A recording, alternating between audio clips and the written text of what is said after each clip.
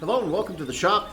I've been prepping blanks for lidded boxes all morning using cutoffs from rejected table legs and bedposts and things like that from an old furniture factory in Greensboro, North Carolina. The factory has been closed for years. Buddy of mine picked up some of the rejected wood and he passed some of it on to me.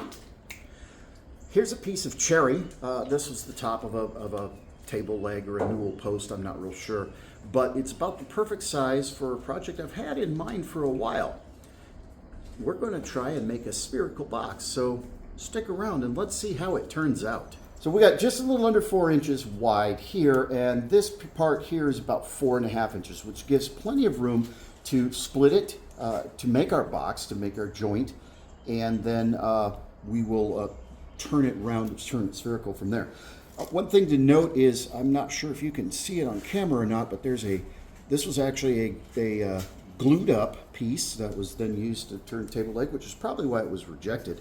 So we have this seam right here, and that's actually, we're going to put that to use. That's how we're going to ensure that we line our grain pattern up, that we line the piece of wood up so that the box joins and comes apart, and essentially you're not going to be able to see the sphere, that the sphere is a box. It's going to be an illusion. You'll still be able to pull it apart.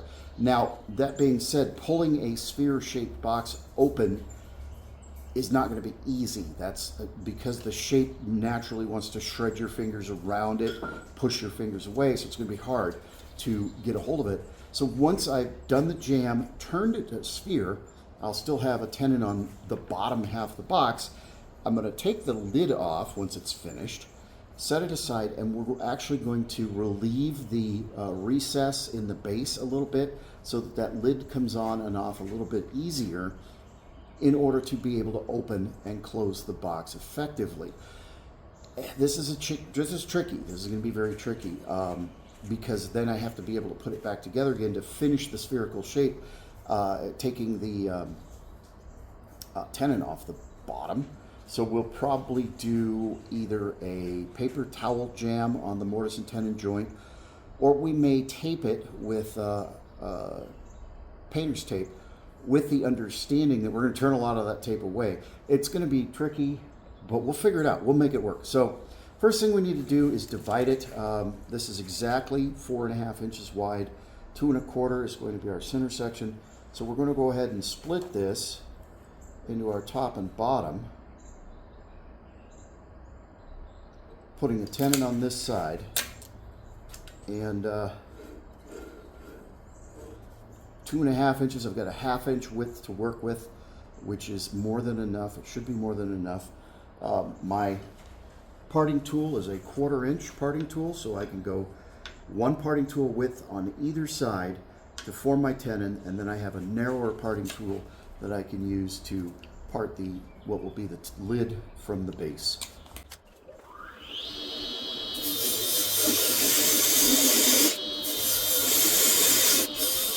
One thing it's important to understand when you're making a lidded box with a slip joint or a jam joint, a tenon, is that you want that tenon to be perfectly straight-sided. In order to get that, you want to line up your tenon with the bedway of the lathe, and you can just see it under there. We'll get to focus there, and you can see that that's nice and straight. That is aligned with the bedway of the lathe. That is machined very precisely and should be very, very straight. So it's important to make sure that you have that nice parallel sides on your tenon. I'm going fairly deep because we are going to turn this spherical. In fact, I think I'm going to take this a tiny bit deeper. And then I'm going to use a little bit of a trick that Jimmy Clues teaches, and then it was passed on. I learned it from watching a video by Richard Finley. And we're going to actually give it a little bit of a mound in the middle, and that helps with the jam so that you can get it on and off easily, but you still get a good firm jam, which is going to be very necessary once we've hollowed the insides of the lid and the body and we start turning the outside into a sphere.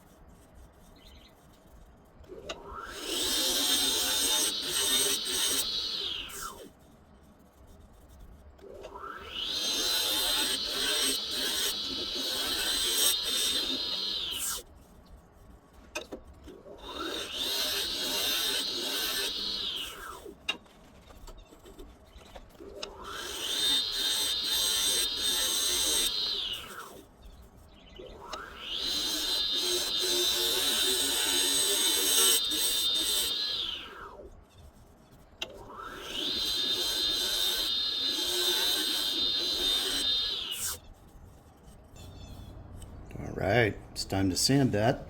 Got a nice shear scrape in there, got a very spherical shape. It may not be perfectly spherical. On the inside, it doesn't necessarily have to be. I could make a template and get real precise on the inside.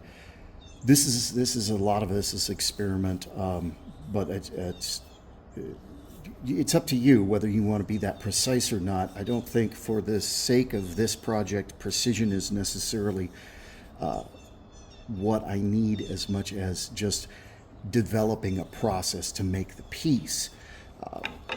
Let's see what we've got here as far as depth. So it's 1¼ inches deep, and that is 3 3/8 inches across.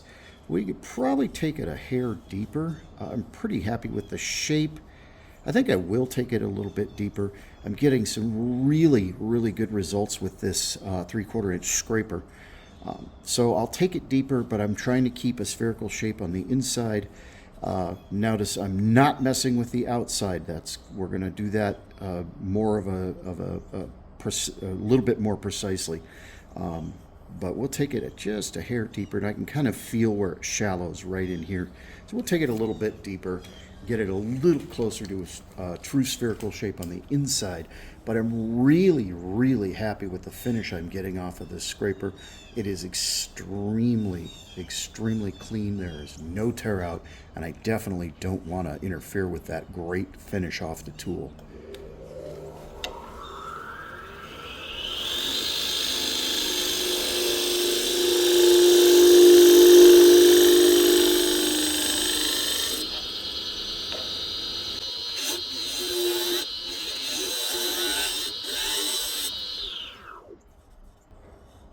We're just about where we need to be. I'll take another very, very light finishing pass or two just to make sure that I have a nice smooth surface in here. We will sand that very lightly, hit it with some abrasive paste, and this will get finished off the lathe using Brad's Workbench Tongue Honey.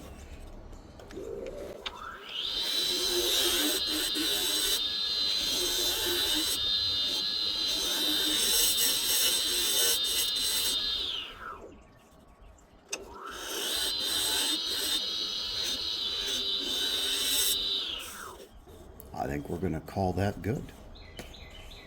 Do some sanding and we'll be right back. So this is a finish ready surface with the Brad's Workbench sanding paste. There's no finish on here. That's just the finish ready surface. It's phenomenal. But it's time to swap this out for the base, and then we're going to do our jam fit, and then we'll hollow the bottom part of the vessel, and then we'll shape this. Go ahead and get started and clean this surface, take a little bit out of it, and then set up our jam.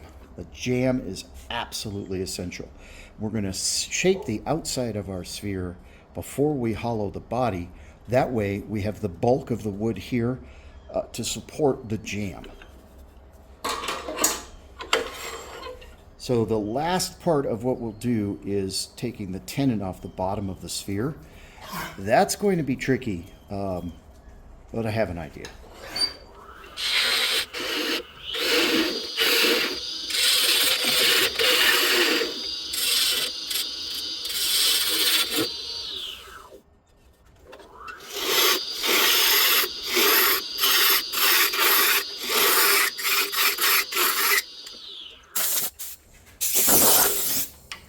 All right, so just moving some bulk out, making space for our tenon.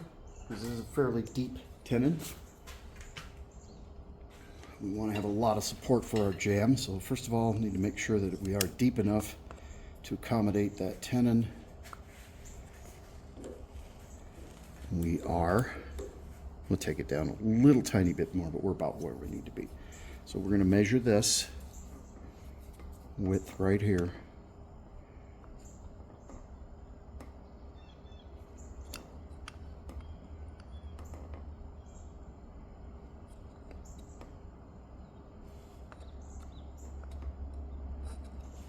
Now this has to be a very tight jam in order for the turning of the rest of the vessel. This is a tricky project. I think I have a solution in order to get the bottom to be spherical. We'll see. I'm still working it out. Touching just this edge.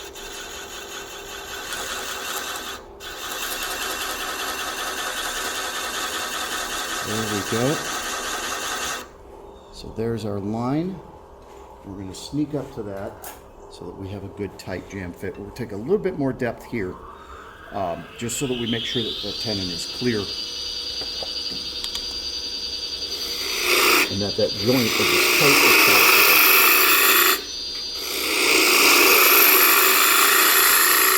Again, really not wanting to hollow before we get the jam, so that the bulk of the wood supports that tight jam as we shape the exterior of our piece.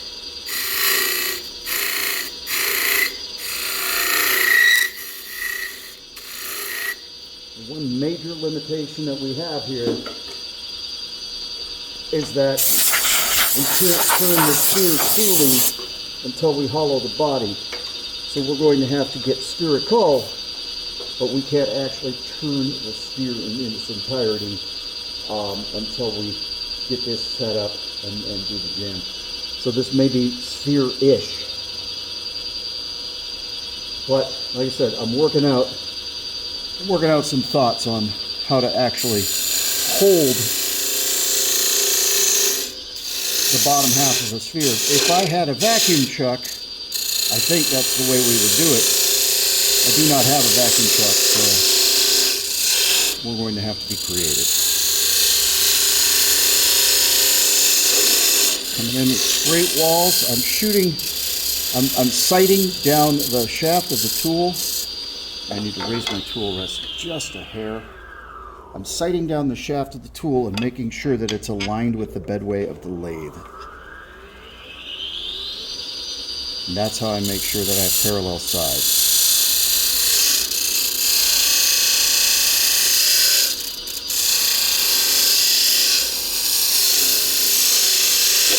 All right, we are close. It should be a tiny bit too small. And we want to line up our glue seam.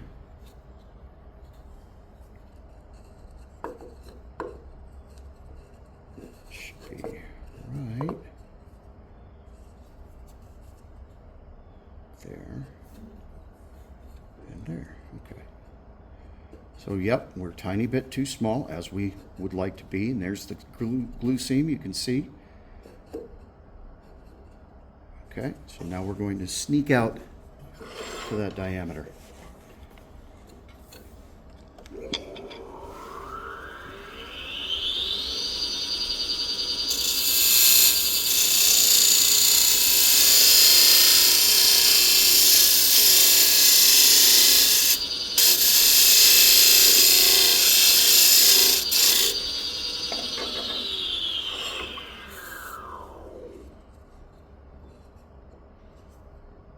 Very close.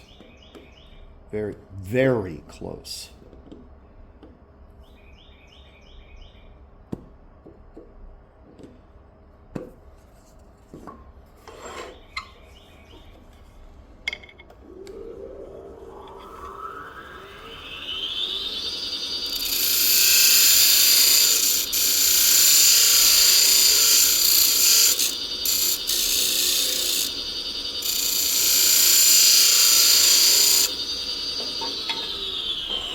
We're literally removing one layer of cells at a time here. We're trying to make sure this gets extremely precise. But it can't be so tight that it doesn't come open. So there's a lot of challenge in this.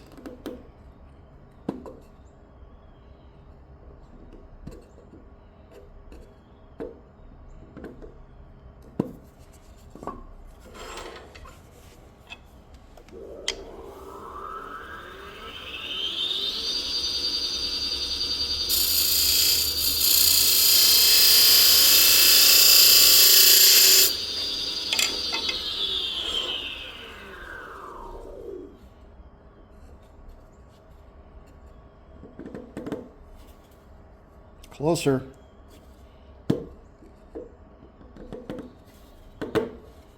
I could jam that, but once I turn off and round this, I wouldn't be able to get it open again.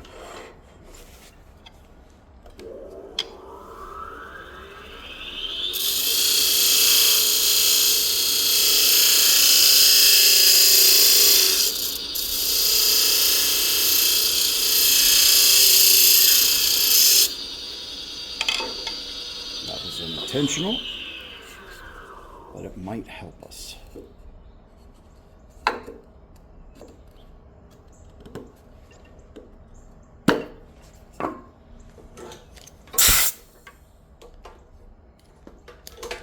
This is the worst part about making boxes, fitting the lid.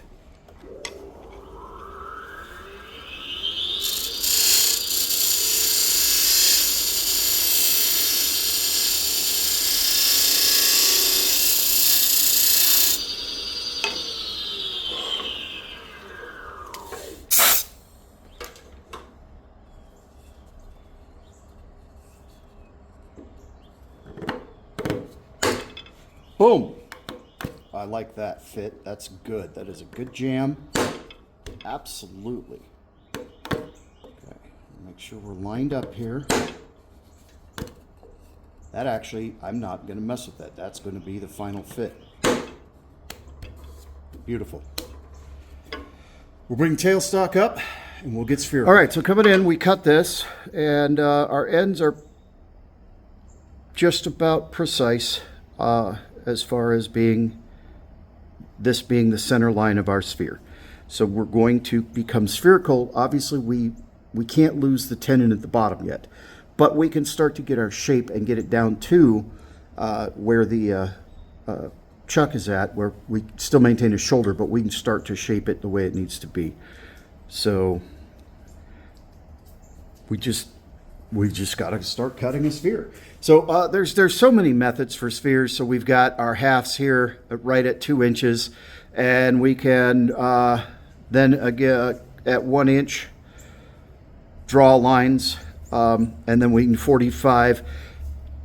That's a great method. There's nothing wrong with that method. I just don't do it that way. I just eyeball my spherical turnings most of the time, depending on what I'm doing. This is very much experimental,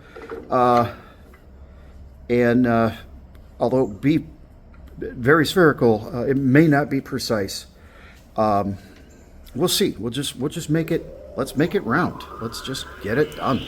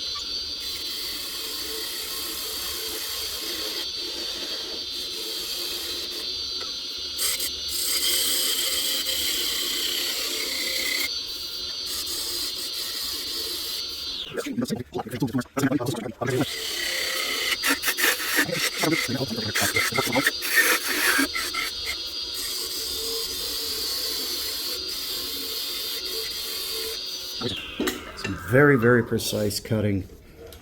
Very clean, just again, breathing, and even my heartbeat is getting translated into those cuts. But that will sand away almost immediately. So we'll do a little sanding and we'll come back and we'll see if we can get the lid off of the. All right, so we've got it sanded and hit with the sanding paste. And the question is, will we be able to open it?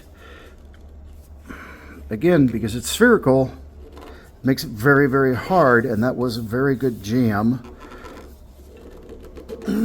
And we're going to take a point tool and just mildly scrape and just make a little bit of a divot right in here in the crease, and that should give us something to purchase in order to pull that lid off. That's the biggest challenge with a rounded off lid or a spherical lid. Absolutely the biggest problem is how do you make it practical? How do you make it openable?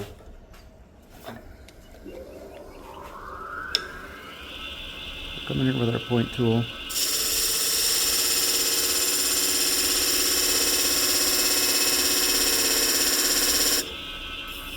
Just give ourselves that little bit of a furrow. That should give us purchase, maybe, to get the lid off. There we go.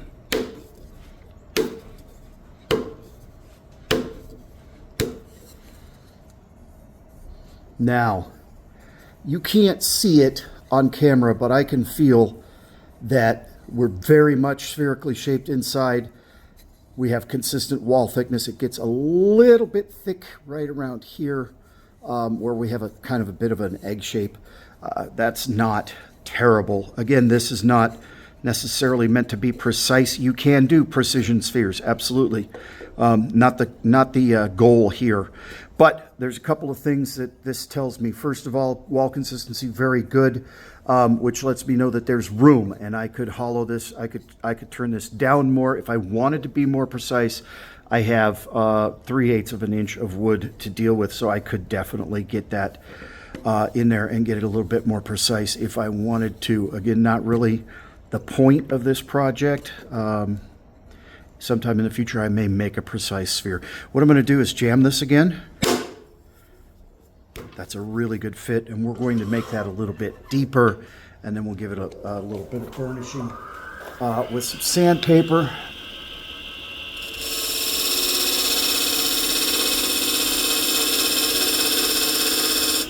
There we go. Just make that a little bit more pronounced. Yeah, I like that. Look at that grain. It just worked out really well with the seam here. That gives the sphere a direction, kind of. Now, obviously, that's too tight a fit. We will address that here as we're hollowing. In fact, we'll address it here in just a minute. But I'm pretty happy with this interim result as we continue to work on the piece. I'm pretty happy with this. We need to burnish that. And actually, I'm not going to use sandpaper to burnish it. Let me find a wood chip. I think that's a safer bet. And just we're going to burnish that crease. I'm not a big fan of wire burnishers. If it wraps, it can be very dangerous. Much prefer to use a wood chip for burnish. A little piece cut off from the bandsaw. Kick it up to about 1200 RPM. Just get in there. A little bit of pressure. generate some heat. There we go. That works really well. Gives us a nice clean interface here.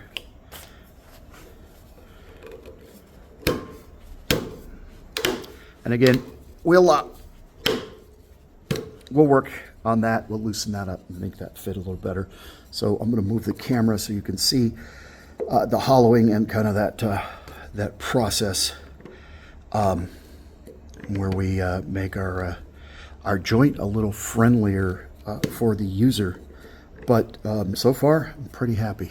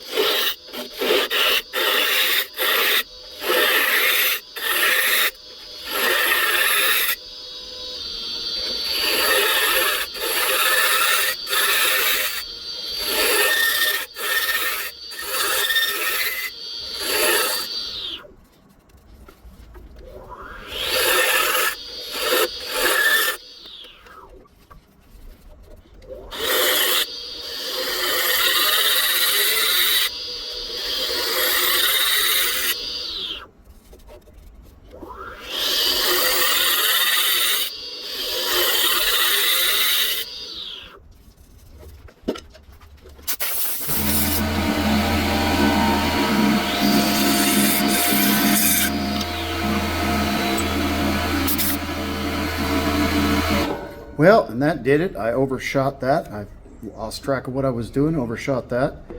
So that is that solves some questions. That's actually not a bad little slip fit, but that solves some questions. We're going to not be completely spherical. We'll put a foot on this so that it rests, so that it doesn't roll over and just fall open.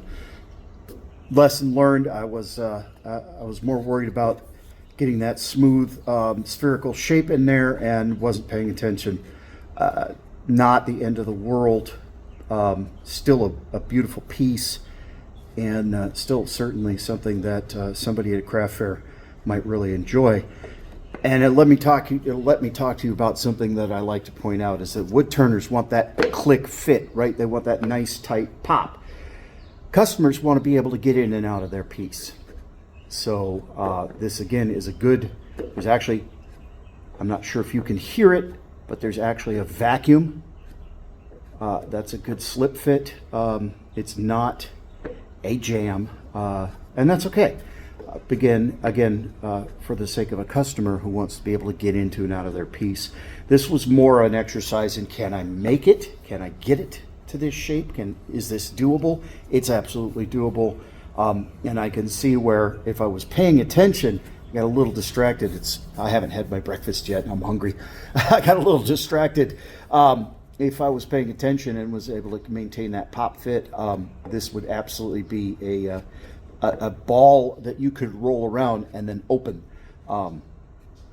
So we'll finish it. It's still going to be a beautiful little piece, just not quite as I intended, but that happens. It's not the end of the world, and it's certainly not something to get upset about. It's a lesson learned. So we'll just keep going and finish it up.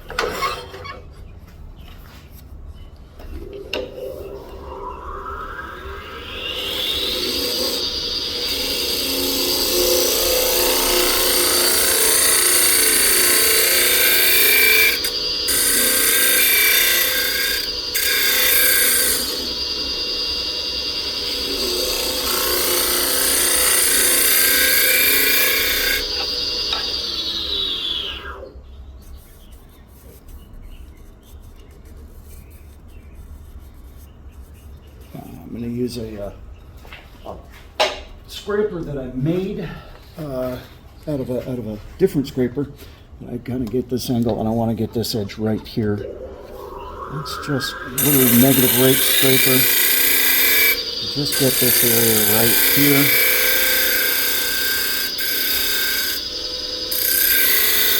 Just like that.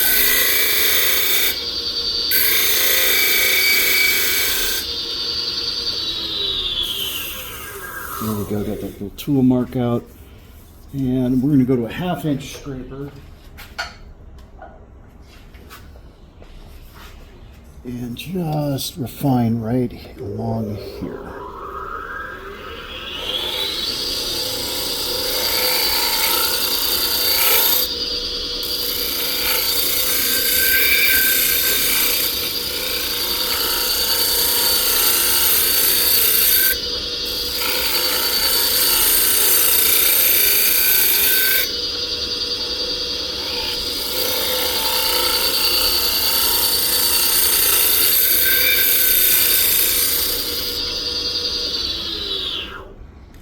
Feel that?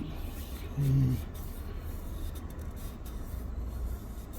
I've got a tiny bit of ridge right there. Let's go to a larger diameter scraper, which is going to give us a more consistent curve. Should help eliminate the little high spots here.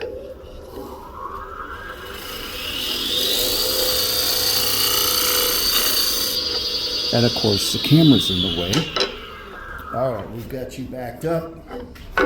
Way we can get the handle of the scraper around, and we just want to keep a consistent curve right here.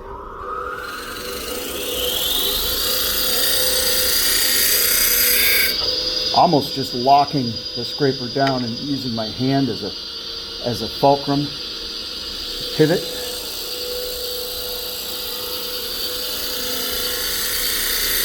And just walking that around like that.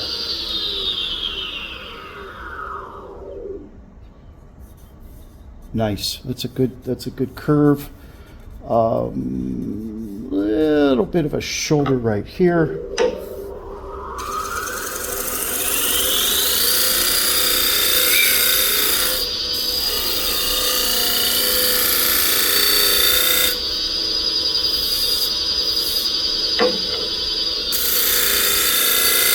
And see, that's where the wider scraper gives you a benefit, is that you can actually see the high spots as you come around, and you can see them come down as you address it with the burr on the top edge of the scraper, and that actually turned out very nice. We're ready for sanding, so we'll do some sanding, and then my plan for finishing up the bottom is a jam chuck, and then we'll just we'll touch up that foot, we'll sand that up, and it'll have a little foot so that again it can rest and not roll, because if it rolls it'll roll apart. So the lesson learned, I got a little bit aggressive as I was scraping, and I hit my joint, blew it out.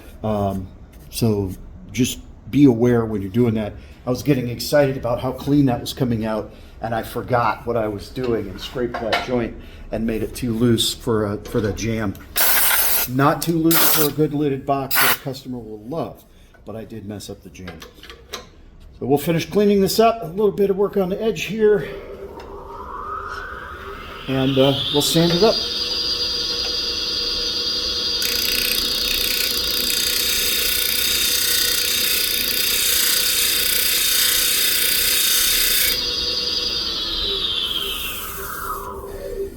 So off camera, I just finished up the little foot and sanded it, hit it with the abrasive paste. So there's our little foot, our little shape. And let's bring the lid back. We see our little lidded vessel. Not terrible. It is definitely close to spherical. It probably cuts in a little bit because I put a foot on it, so it's not quite spherical. But the concept is there. It's doable, so we have proof of concept. Now we just need to turn our foot. And for that, like I said, we're going to do jam chuck. A little jammy jam. We got this piece of walnut offcut from another project, who knows when, but it works really well for jams.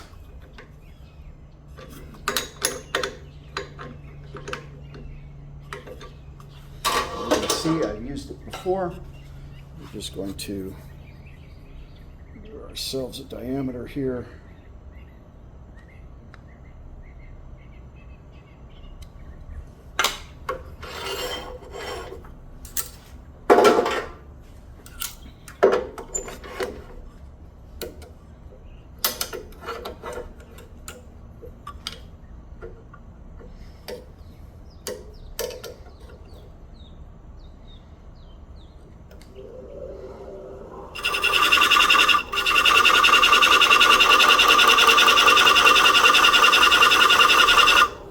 go.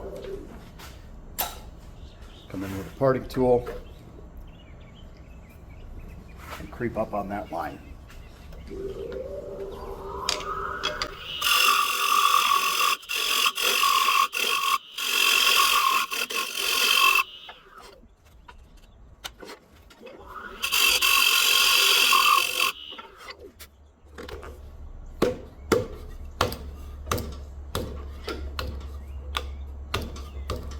Perfect. We'll bring up the tailstock just to help until we get this reduced, and we'll get it finished.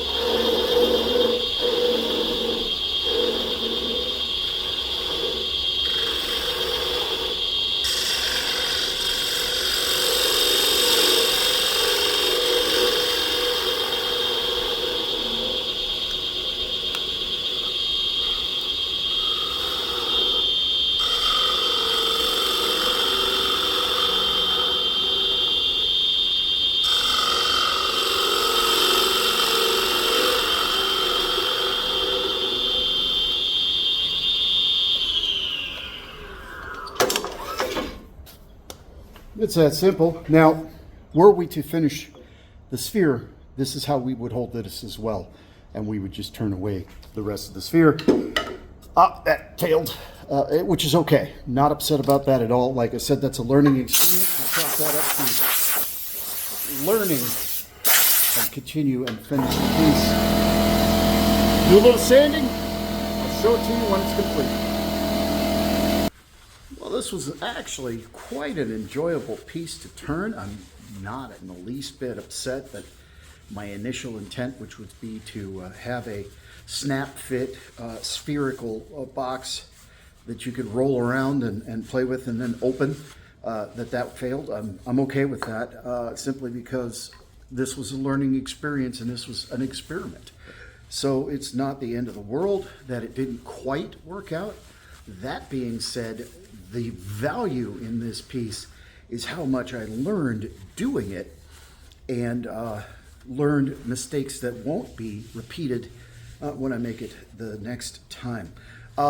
Again, really pleased with wall consistency and thickness here in the top, where I really didn't have a way to gauge it while I was turning it, because this was a solid block, so I was hollowing and hoping. It's a little bit heavier than the base, mainly because the base I could actually stop and check. But look at that. Just a beautiful little lidded vessel or lidded box. Spherical, but not quite a sphere. Just fun. This was just fun. I'm really happy with how it worked out. I'm, again, not disappointed in the least that I did take too much out of the joint there. It doesn't matter. The effect I was looking for was achieved, and that's really a neat little piece. It's fun. It's just a fun little piece. Who would ever do that? Well, I did, because it was an adventure. It was something fun to do. Still have that joint there where we had the glued up two pieces of wood, so we can actually line up that grain and know exactly how that fits and how that looks. And yeah, this was just a fun fun little piece. Cherry is always pleasurable to turn. Look at that finish, just gorgeous. I'm happy. I'm happy with the piece. Thanks for joining me. There's a long video coming of the turning of my service dog's urn.